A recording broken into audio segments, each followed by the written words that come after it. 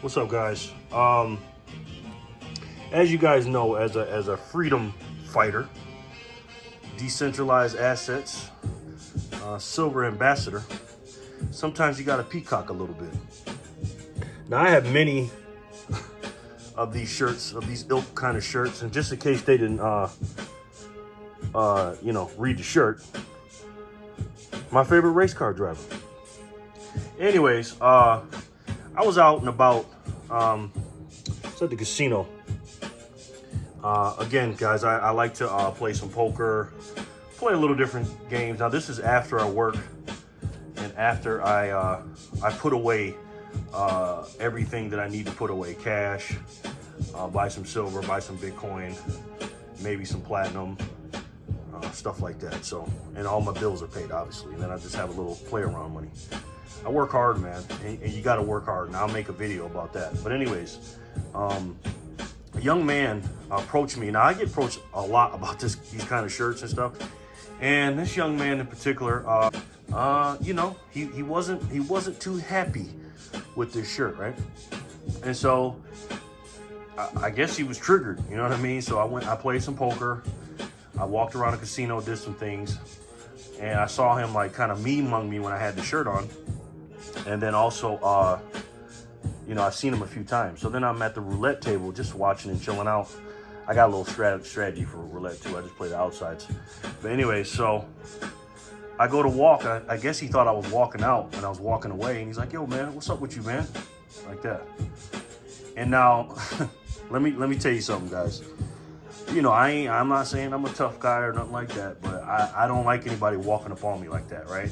So my immediate instincts, you kick into that fight or flight, right? And so I had to calm myself down. And I said, "What you mean, what's up with me?" He said, "What's up with that shirt, man, that bracelet? You walking around here with this kind of stuff on, man." I said, "Last time I checked, man, it's freedom of speech." I said, "I see you got a shirt on too," and he had some kind of polo shirt. I said, "You have a right to wear that." He goes, "Yeah, but such and such." And he started like going off and getting all emotional. I just sat there and listened to him. And I put my hands together and I shook my head up and down to him. And then as he was talking and you could tell he was slowing down, I put my hand on his shoulder, and I go, "Brother," I said, "You've been brainwashed, man." I said, "And it's okay. And I don't mean that in a bad way. I don't mean that in a disrespectful way." And I said, come here, come walk with me." And I sat him down and I asked him where he's from. And he told me. And I said, "Tell me why you think this way," and all this other stuff. We started talking. We ended up having a 2-hour conversation. If you're watching, man, welcome to the channel, bro. I ain't gonna say your name. And he ended up apologizing to me. And I gave him a piece of silver. And I gave him a lot of information. And I told him to look some stuff up. It's a long story, but I'm trying to make it short for the video. But I think hopefully I got us another soldier for the freedom fight. The fight for freedom, you know what I mean? And that's what we need to do. We need to practice what we preach. And young man, you're gonna be something in this world, bro. You keep your head up and keep doing what you're doing, man. You're gonna be all right. All right, guys. So let me show you a couple things and tell you and explain what's going on now. So I don't keep a lot of cash in the bank, and I told you that before. I'm the type of person, fellas, that I don't believe in banks because they don't believe in me. When they ask me questions, the other day, I took out or tried to take out $1,200 in cash, and they gave me the runaround about it. Absolutely ridiculous. There was no withdrawal slips when I walked into the bank. Only one teller, and this teller looked like they lost their best friend. And customer service was terrible. I'm not gonna name the bank. And they were giving me a hard time about my money. They needed my ID and they needed my account number, which is completely fine.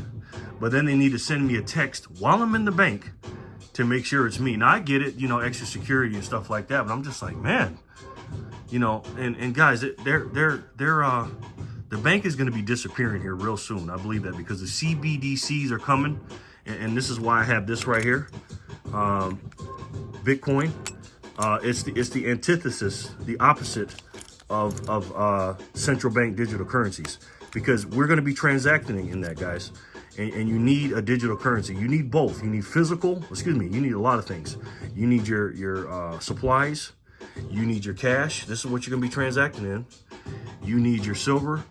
You need your precious metals. You need your ammo. You might need some chips just in case you want to play some poker, maybe. And you need quite a bit of other things. But keeping money or keeping cash, in the bank is not the way to go. And that's another long story. So let me tell you what I did yesterday. So I made a trade. I traded 5 peace dollars. No, excuse me, 4 peace dollars for these pieces right here. So let me show you these. Did a little bit of research on them. Pretty cool. This bar is cool. I'll say that for last. So I found a prospector. Not sure if it's an Engelhard. I looked it up. And sorry guys, I'm not good with this holding the camera thing. And yeah. And I don't think it's a prospect. I don't think it's an Engelhard. I'm into those now. And here goes another prospector. Every time I see a prospector, now that I'm all into Engelhards, I'm automatically thinking it's an Engelhard. So I got those 3. And I got this one right here. One of those little, not fake Morgans, but the duplicate Morgans. And then this one right here. This is one, a vintage bar, which I really like. This was a dental company. They used to make silver for dental purposes. And I think they closed down in the 80s or something like that. So I traded those 5 for some pretty cool peace dollars. I didn't show them, but they're pretty cool. So let me show you some other things I got. So, let me explain this. So this is my poker money. This is South Point Casino. And what I do with these, I have a budget, just like with my silver. And I play anywhere between 200 and 300 bucks. Okay, this is 200. These are $5 chips. That's 100, and then that's another 100, right? So what I do is, because I played yesterday, this is my seed money. Okay, just like an investment. I don't, people say, oh, why do you gamble? I don't gamble, man. I'm a very methodical person because I know how valuable this is to get me some of this, to get us some of this. So this is just the middleman, ladies and gentlemen. And so I use these to build my army.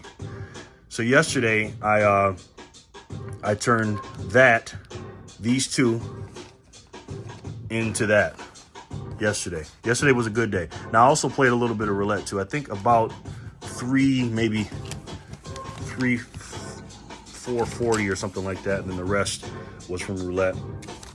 And then these right here, because I go to different casinos, but I've been going here lately. These right here, just for tip money and get a drink or something like that. Not alcohol. I don't drink alcohol, but my strategy is when I go in there, they're my soldiers. My dollars are my soldiers when I invest, because they bring me back more soldiers for my army of investing and getting me more silver and gold and increasing my holdings. But this right here is my seed money when I sit down and play poker. So that's another way I capture wealth. Also, guys, I got some platinum here to show you. I do invest in platinum. I got the American Eagle.